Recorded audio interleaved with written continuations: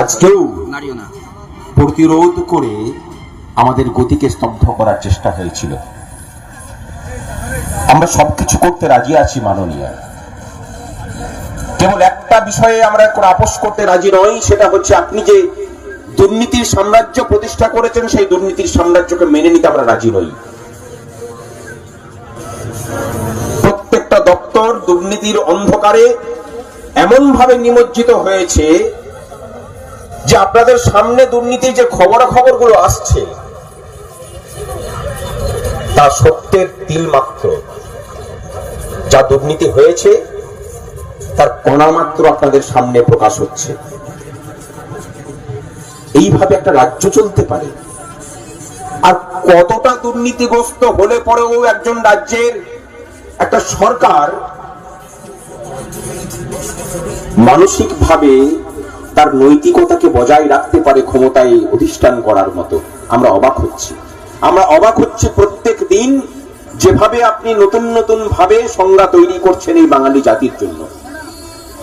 এই বাঙালি জাতির কৃষ্টি, সংস্কৃতি, তার চরিত্র, তার সমস্ত কিছুকে আপনি নষ্ট করছেন। তার বিরুদ্ধেই সংগ্রামী যৌথ মঞ্চ বিগত 1 বছর ধরে লড়াইটা চালিয়ে যাচ্ছে। আপনাকে জানিয়ে রাখি, আমরা আশা করেছিলাম যে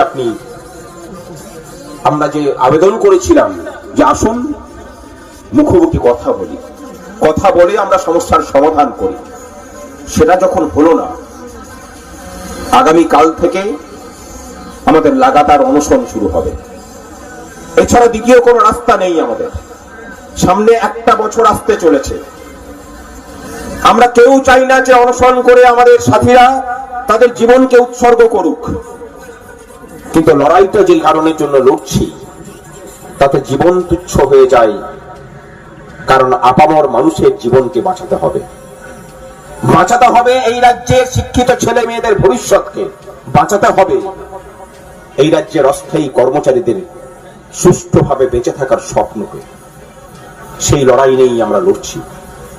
এবং এই রাজ্যের কর্মচারীদের সামনেও আমাদের একটা আবেদন যে আর কোন সংগঠনের বেড়াজালে আটকে থাকলে হবে না।